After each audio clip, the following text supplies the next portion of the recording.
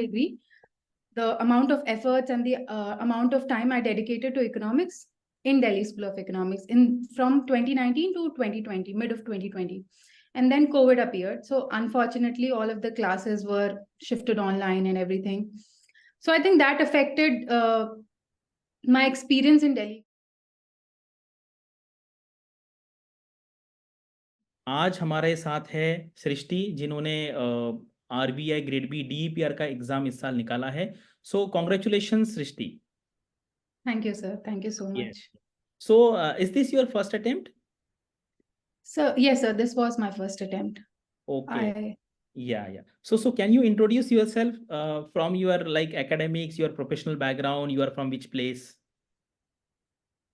So, sir, I was born and brought up in Kanpur only. After completing my schooling there, I went on to pursue engineering in the field of electronics and communication from Thapar University.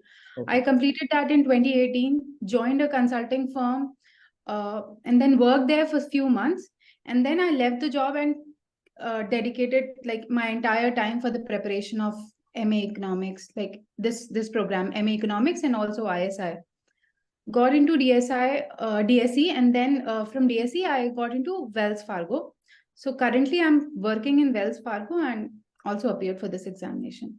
Okay. So generally, I have seen that after doing the graduation in engineering, most of the candidates are going from MTech, or they are going for MBA, or they are going for some on-site opportunities. But in your case, you have decided to go for some, we can say, odd path, that is MA Economics. So what was the thought in your mind at that time? So, there were multiple reasons. First of all, I was not very much interested in electronics and communication. Yeah. This was one reason. The second reason was I did not want to go for MBA because I wanted to work maybe in a social sector or policy making, something like that. So this was the second reason, and one of my family members also motivated me to maybe try these exams like ISI and DSE. So these were the reasons that I decided to go for MA Economics. Okay. So can you share your experience with your MA Economics? And Delhi School of Economics is very renowned college. I know that Dr. Manmohan Singh and a lot of great economists are associated with that college. So can you share your learnings from the Delhi School of Economics? So, sir, I joined back in 2019. So from 2019 to 2022, it was a very fun time. Like academic wise, I learned a lot. I think I did not put in that much effort in my entire four-year engineering degree. The amount of efforts and the amount of time I dedicated to economics in Delhi School of Economics from 2019 to 2020, mid of 2020. And then COVID appeared. So unfortunately, all of the classes were shifted online and everything. So I think that affected my experience in Delhi School of Economics. I wanted it to be more enriching in terms of academics. Okay. But yeah, that was affected. So it got into control probably in the last semester. Like most of the teachers were very much very much comfortable with the online mode. Correct. And students were also comfortable, but the second semester and the third semester were affected by COVID. Yes. So generally, I have seen that most of the postgraduate students, they appear for NET examination, NET JRF. Have you tried for NET JRF examination in economics? No, sir. So what was the reason for that? Because many people want to pursue higher studies like PhD in economics. So what was your case? Sir, as of now, like as of today, I am not very sure whether I want to go for PhD or not. I'm not very sure which area I want to pursue PhD, in which areas. So I did not appear for those examinations. Yes. So now you are an engineering graduate, and then now you have decided to go for economics as a PG. So can you suggest this path to engineers, because they are also searching some new avenues like MBA finance or MA economics? So how difficult you find this course of MA economics? So in today's time, because Delhi School of Economics is very rigorous, and ISI also, there are IGIDR college also, which is like fully funded by the Reserve Bank of India. So do you suggest this path to the engineers? Sir, first of all, there should be some kind of motivation. Okay. Okay. Like So I told you, sir, I wanted to work. Sorry. yes. Sir, Continue. am I audible? Yeah, you are audible. Please continue. Yeah. Sir, I wanted to like study something which has some social value, not just maths or quantitative thing. So Okay. that was the reason I chose economics, like policy making, public policy, something like that. So that was the first motivation because of which I chose economics. And if there is that motivation, then I think economics is a very good subject because there's enough quantitative part to it and enough theoretical part to it. So Okay. I usually enjoyed the quantitative part, the calculus and the linear algebra, all of those things, the econometrics, all of those things. I really enjoyed those subjects. And apart from that, subjects like macroeconomics or EDPI, there was one subject, economic development, related to Indian economy and all of those things. Correct. So this was a subject that gave me enough theoretical knowledge. Like, Okay. तो सृष्टि हम यहाँ पे ये कह सकते हैं कि those candidates who are having mathematics background, because in engineering we study lot of higher mathematics subject, double integration, triple integration. तो ऐसे students को थोड़ा सा MA इकोनॉमिक्स के जो आपके मैथमेटिक्स या क्वांटिटेटिव रिलेटेड जो सब्जेक्ट्स है, जैसे इकोनॉमेट्रिक्स है, कोरिलेशन, रिग्रेशन, तो वो थोड़ा सा आसान होता होगा, मतलब आपका क्या व्यू है इसमें? सर मैथ्स डेफिनेटली काफी आसान हो जाता है, जैसे linear algebra, correct. And there was a subject in DSC calculus. These subjects were very easy.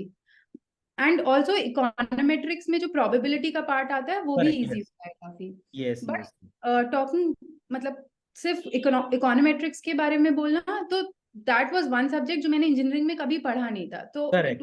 Yes. Was overwhelming at first.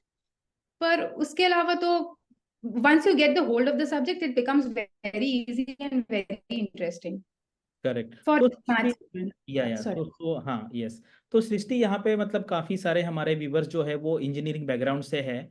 तो एक बार आप थोड़ा सा ये एग्जाम पैटर्न, क्योंकि दिस ईयर ना they have change the pattern little bit, तो इसके बारे में आप थोड़ा सा बताइए कि फेज 1, फेज 2 एंड जो हमारा इंटरव्यू है ये किस तरीके से होता है, कितने मार्किंग है, एग्जाम का पैटर्न कैसा है, शॉर्ट में आप इसको एक्सप्लेन कीजिए. सिर्फ टॉकिंग अबाउट फेज 1, तो फेज 1 में पूरा ऑब्जेक्टिव होता है. करेक्ट. एंड पेपर जो है वो दो पार्ट्स में डिवाइडेड होता है. पार्ट ए जिसमें दो नंबर के क्वेश्चंस आते हैं. Correct. And those questions are comparatively easy. Like उनमें ज्यादा टाइम नहीं लगता है, उन क्वेश्चंस में ज्यादा कैलकुलेशन नहीं होती है. And some of the questions are very conceptual और जस्ट थ्योरेटिकल, थ्योरी से सीधा एक क्वेश्चन आके पूछ लिया. And then there is another section, part B, जिसमें 3 मार्क्स के क्वेश्चन थे इस बार, which was different from the previous years. Okay. क्योंकि पहले 4 मार्क्स के भी क्वेश्चंस आते थे, इस बार 4 मार्क्स के क्वेश्चन नहीं थे, सिर्फ 3 मार्क्स के क्वेश्चन थे डायरेक्ट, और 2 मार्क्स के. तो सर वो क्वेश्चंस थोड़े से ट्रिकी हो सकते हैं, थोड़ा सा सॉल्व करना हो सकता है आपको, या फिर थोड़ा वो. And so subjects, talking about subjects, so it was mainly microeconomics, macroeconomics, and this time मतलब मैंने डेवलपमेंटल इकोनॉमिक्स की सारी थ्योरीज नहीं करी थी, बट इस टाइम पेपर में बहुत ज्यादा डेवलपमेंटल इकोनॉमिक्स थी, मुझे ऐसा फील हुआ. सो तो वो सारे सब्जेक्ट पढ़ने होते हैं. एंड इकोनोमेट्रिक्स का I was expecting more questions related to regression, correlation, all of those topics, but there were very less questions related to it. There were few questions related to probability and some basic maths, correlation और skewness, unbiasedness, इससे related questions थे. And then sir, so this was all about phase 1. Phase 1 में English का भी paper होता है. Descriptive I think उन्होंने इस बार इंक्लूड किया है ना, आई तो think English, right, yes sir. Usually वो पहले फेज 2 में होता था, बट इस बार फेज 1 में हुआ था. करेक्ट. तो सर इंग्लिश के लिए मैंने बहुत ज्यादा प्रेपरेशन तो नहीं करी थी, बट मैंने एसेज लिखे थे. अराउंड 1 महीने पहले से मैंने हर हफ्ते ऐसे 2-3 ऐसे लिखने शुरू कर दिए थे. And I used to ask my friends to give me feedback on those essays. So Correct. that helped me a lot. And also sir I exam B ने एक लिस्ट ऑफ टॉपिक्स भेजे थे, तो Correct. मैंने Yes. उस list of topics her almost काफी सारे topics के पॉइंट्स बना लिए थे Point बनाए. Yes. Yes. Correct. और टॉपिक्स को एक साथ मर्ज कर लिया था कि ये एजुकेशन से related, this is women empowerment, something like that. And sir exam में अगर आपने सर्वे वगैरह अच्छे से पढ़ा है तो आई थिंक आप इंग्लिश का ऐसे भी आप अच्छे से हैंडल कर पाओगे, क्योंकि आपके पास डेटा पॉइंट्स होंगे अगर कोई इकोनॉमिक्स से रिलेटेड ऐसे आता है तो वो Correct. चीज मुझे काफी हेल्पफुल लगी थी। एंड उसके अलावा there is precis writing, I think summarization of that, Yes. So that is easy. The comprehension part is comparatively very easy. You just need to practice few comprehensions before appearing for the exam. Okay. I think in DEPR, na, they also consider the phase one marks in your final selection. Correct. Right, yes sir. Yes, because in generalists it's not like, because in only phase two marks are considered. Okay. Then can you now explain the phase two examination and the pattern? Sir phase two examination का pattern इस बार different था, क्योंकि usually in phase two सिर्फ एक paper होता था which was related to economics, but इस बार 2 पेपर थे। तो sir in paper 1 there were 2 subjects, micro economics and econometrics or maths. Correct. So microeconomics was very easy. Like I followed the basic books. आप वो पढ़ लोगे और आई exam बीस के लेक्चर्स पढ़ लोगे तो it would be very very easy to solve those questions. Yes. And econometrics, I think I found it a bit unpredictable because उसमें लाग्रांजे का एक क्वेश्चन आ गया था जो हमने नहीं पढ़ा था, बट बहुत कैलकुलेटिव था पेपर, मुझे काफी ज्यादा कैलकुलेटिव लगा। सो मतलब मैथ्स का ओरिएंटेशन थोड़ा ज्यादा था, ऐसा आप कह रही थी, मैथ्स एंड स्टैटिस्टिक्स। तो मोर देन मैथ के कॉन्सेप्ट की जगह उसमें कैलकुलेशन ज्यादा करनी थी। कैलकुलेशन जैसे मैट्रिसेस का क्वेश्चन आ गया, करेक्ट करेक्ट करेक्ट, बहुत ज्यादा कैलकुलेशन। एंड सर फिर पेपर 2 था macro economics and Indian economy. तो मैक्रो इकोनॉमिक्स के लिए मतलब बेसिक बुक्स लाइक फ्रोएन और इन सबको आप पढ़ लोगे तो it would be very easy. तो आई थिंक उसमें फ्रॉम मैक्रो इकोनॉमिक्स एक क्वेश्चन था related to ADS model, ADS ISLM, ये सारे मॉडल्स काफी इंपॉर्टेंट होते हैं, तो क्वेश्चन था। And then there were few questions related to developmental economics. So Indian economy में बहुत बेसिक क्वेश्चंस होते हैं जो चल रहा होता है इस समय इंडियन इकोनॉमी में बहुत ज्यादा। तो सर उसके लिए आई थिंक सर्वे बहुत ज्यादा इकोनॉमिक सर्वे एंड होता बजट, है। Economic survey and budget I think.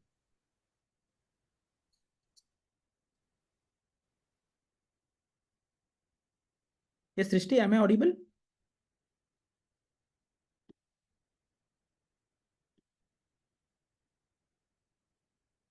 Srishti, am I audible?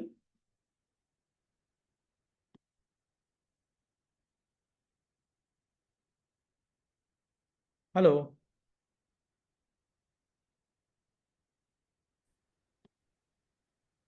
Yes, Srishti, you are audible now. You are visible. Okay sir. Yes, yes. And please. Sir Yeah. तो sir मुझे phase 2 का ऐसा लगा कि sir क्योंकि ये first time था ऐसा पैटर्न आ रहा था, तो I was very very scared कि क्या आएगा। करेक्ट। आईईएस जैसे क्वेश्चंस तो नहीं आएंगे, बिकॉज आईईएस का पेपर थोड़ा लेंदी और सिलेबस भी थोड़ा ज्यादा होता है, राइट। तो सर मैंने कुछ पेपर्स प्रैक्टिस करे थे इंडियन आईईएस के, बट वैसा कुछ नहीं था, पेपर काफी इजी और डूबेबल था। एंड देन सर इंटरव्यू, तो सर इंटरव्यू के लिए I think I exam B का फर्स्ट मॉक इंटरव्यू जो मैंने दिया था, yes, actually same, but I think that helped me to start with my preparation, because उसके पहले मैंने बुलेटिन और ये सारी चीजें नहीं start, talking about the like studying the function of RBI, ये सब पढ़ना शुरू कर दिया था। तो सर इंटरव्यू में आप बेसिकली आपके काम से रिलेटेड क्वेश्चंस होंगे जो करंटली इंडियन इकोनॉमी में बहुत ज्यादा न्यूज में है। जैसे सर मेरा काम जैसे अनसिक्योर्ड लेंडिंग पे था, तो उन्होंने मुझसे पूछा था कि अनसिक्योर्ड लेंडिंग में क्या क्या अभी नए चेंजेस आए हैं। एंड सर वही एमपीसी के डिसीजंस और क्यों ऐसे डिसीजंस हैं, रेपो रेट का क्या फर्क पड़ेगा, तो सर इसी से रिलेटेड क्वेश्चंस थे। ओके, तो अभी आप जैसे ओवरऑल आपका जो प्रोसेस हुआ है फेज 1 फेज 2 एंड इंटरव्यू, तो यहाँ पर मतलब आई एग्जाम भी का जो कोर्स का एग्जैक्टली कौन सा पार्ट आपको ज़्यादा हेल्प किया, ये थोड़ा सा आप यहाँ पर एक्सप्लेन कीजिए। सर आई थिंक फेज 1 तो बहुत ज्यादा हेल्प मिली मुझे आई एग्जाम बी के, क्योंकि सर कुछ कुछ क्वेश्चंस तो ऐसे थे जो डायरेक्टली आए थे, वहां पे रिपीटेड थे। यस। तो सर अगर मॉक टेस्ट अच्छे से कर लिया और मॉक टेस्ट को रिवाइज भी कर लिया काफी बार आपने, तो आई थिंक आपका फेज 1 तो आसानी से क्लियर हो जाएगा। एंड सर अदिति मैम के लेक्चर्स भी मुझे काफी ज्यादा अच्छे लगते थे। यस। तो सर वो था। एंड सर फेज 2 के लिए क्योंकि इस बार पैटर्न नया था, तो आई थिंक को, कोचिंग सब टीचर्स और फैकल्टी के लिए भी वो करेक्ट। यस। पैटर्न बिल्कुल अलग था।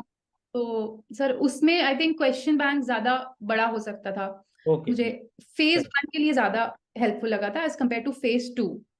यस।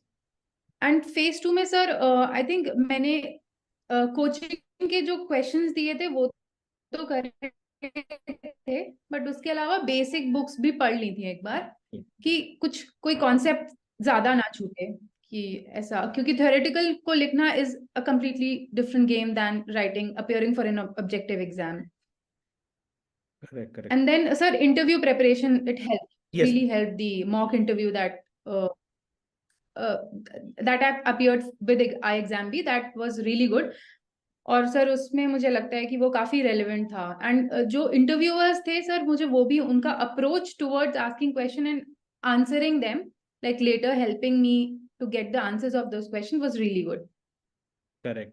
तो सृष्टि, यहाँ पर मैंने अभी काफी सारे सेलेक्टेड स्टूडेंट का बायोडेटा देखा है, so then I saw one pattern कि most of the candidates are from very good college, just like Delhi School of Economics, lot of candidates are from Delhi School of Economics, then lot of top colleges. So do you think that candidate should be from these top colleges, or the candidate from any other normal college also can clear this examination? Sir frankly sir phase 1 phase 2 में आपका college ज्यादा matter नहीं करेगा। Yes, yes.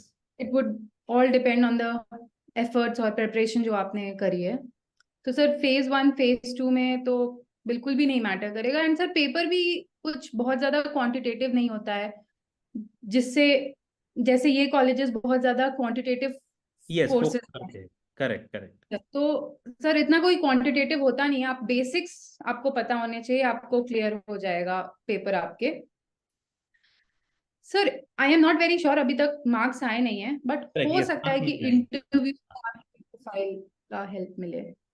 Correct. But उसके अलावा sir I think people from any colleges can appear and clear this examination. Okay, तो still क्योंकि ना स्टूडेंट्स मुझे काफ़ी पूछते हैं कि सर अभी हमें एमए इकोनॉमिक्स करना है, तो दिल्ली स्कूल इकोनॉमिक्स तो हमें पता ही है काफ़ी अच्छा है, तो can you suggest some colleges, 4-5 colleges, so that they will get some kind of a help, because in your colleges ना you will get lot of good faculties, renowned faculties, और कॉलेज में जितना अच्छा पढ़ाएंगे your concept will be like cleared and it will help you to answer writing.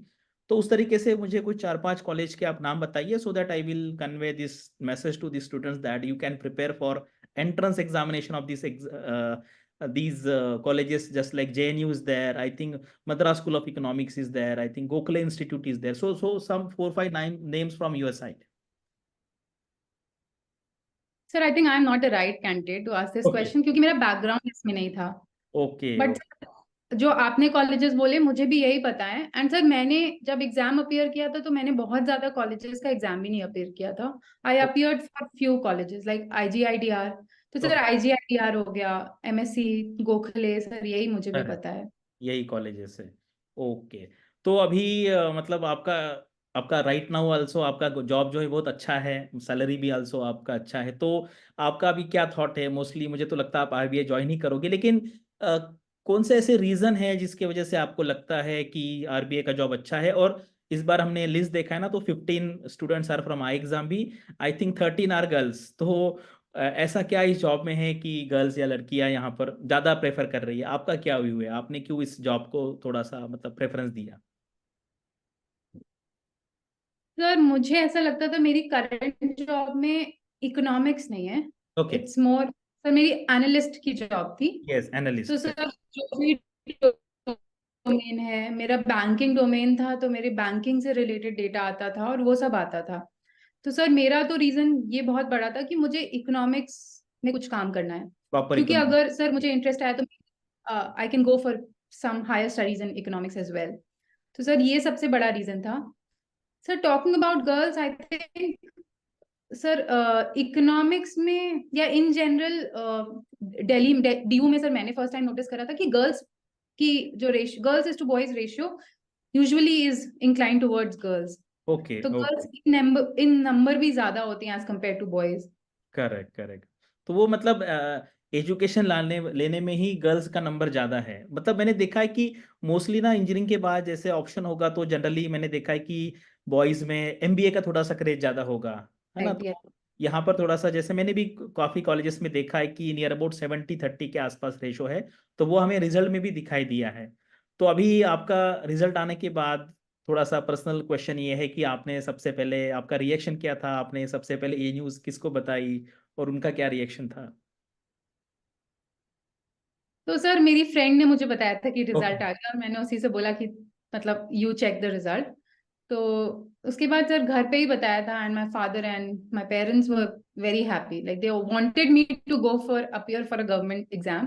Okay okay. उसके बाद clear हुआ तो वो काफी ज्यादा खुश थे। उसके अलावा सर सब अच्छा ही था, मतलब रिएक्शन तो सबका। तो जनरली ना इंटरव्यू में ऐसा क्वेश्चन पूछा जाता है, जनरली इसमें भी काफी पूछा जाता है डीईपीआर में, कि आपने एकेडमिक्स छोड़ के कौन से बुक्स पढ़े हैं क्या इकोनॉमिक्स के लिए, या एकेडमिक के कोई अदर इकोनॉमिक्स के बुक्स पढ़े हैं क्या एकेडमिक छोड़ के आपका। तो आपने कोई ऐसे बुक्स रेफर किए हैं कि जो काफी फेमस है from non academic background? Sir मैं इन जनरल बहुत ज्यादा बुक्स तो नहीं पढ़ती हूँ, बट हाँ सर मैंने कुछ बुक्स खरीदे थे related to economics which are non academic. Correct. जैसे सर अभी रघुराम राजन की बुक आई है, breaking the mould, yes sir yes. इस टाइप की। ओके तो हाँ ऐसे, उससे ज्यादा तो सर कुछ नहीं करा था। ओके। तो अभी आपका कुछ एक फाइनल मैसेज जो दो टाइप का मैसेज दीजिए मुझे, कि जो प्रॉपर इकोनॉमिक साइड से है, BA economics then M economics, कुछ लोग पीएचडी भी कर रहे हैं, और जो आपने जैसा जो पाथ सेलेक्ट किया था engineering plus then M economics को, तो ऐसे स्टूडेंट्स को आप क्या मैसेज देना चाहते हो ये प्रिपरेशन करने के बारे में? सर जो जिनका यूजुअल पाथ रहा है BA economics, MA economics and then maybe PhD, तो सर उनके लिए तो आई थिंक ये repetition of all of the subjects है, यस बहुत करेक्ट। ज्यादा कुछ अलग नहीं होगा, क्योंकि पेपर का लेवल बहुत ज्यादा डिफिकल्ट है नहीं। तो सर उनके लिए it would be very easy, and I think few months of preparation would be enough to clear this examination. Correct correct. And sir जिनका थोड़ा अनकन्वेंशनल पाथ रहा है मेरी तरह, सर उनके लिए आई थिंक आप थ्योरेटिकल सब्जेक्ट्स, अगर आप मैथ्स बैकग्राउंड से हो तो I think maths, econometrics, these subjects correct would be very very easy. But जो थ्योरेटिकल सब्जेक्ट्स हैं उनमें आपको एफर्ट्स पुट इन करने पड़ेंगे, जैसे मैक्रो इकोनॉमिक्स हो गया। तो I think exams preparation start करने से पहले मुझे ज्यादा आइडिया ही नहीं था इस इस सब्जेक्ट के बारे में। Correct correct. तो सर थ्योरेटिकल सब्जेक्ट्स में आपको एफर्ट्स पुट इन करने पड़ेंगे सर, उन स्टूडेंट्स को एफर्ट्स पुट इन करने पड़ेंगे। ओके। तो सृष्टि, काफ़ी अच्छा लगा आपके साथ इंटरेक्शन करके, और मैं इसके बारे में स्पेशल वीडियो बनाऊंगा कि मतलब ये अनकन्वेंशनल पाथ है लेकिन आपको मतलब आरबीआई का जॉब मिला है। So this is also good path because lot of engineers are not able to clear the journalist grade B examination because lot of competition is there, in lakhs people are applying, but here the competition little bit less, but the quality people are there। मतलब आपके यहाँ पे 4-5 हज़ार लोग होंगे लेकिन these are from very very renowned colleges, तो काफ़ी मेहनत भी करनी पड़ेगी, लेकिन these are good options engineers के लिए। मतलब डिसाइड कर सकते हैं instead of doing MBA they can select M economics. So Srishti, all the best for your bright career in the Reserve Bank of India. Thank you sir, thank you so much, okay. And thank you for all of the guidance provided through I exam भी। Yes okay, thank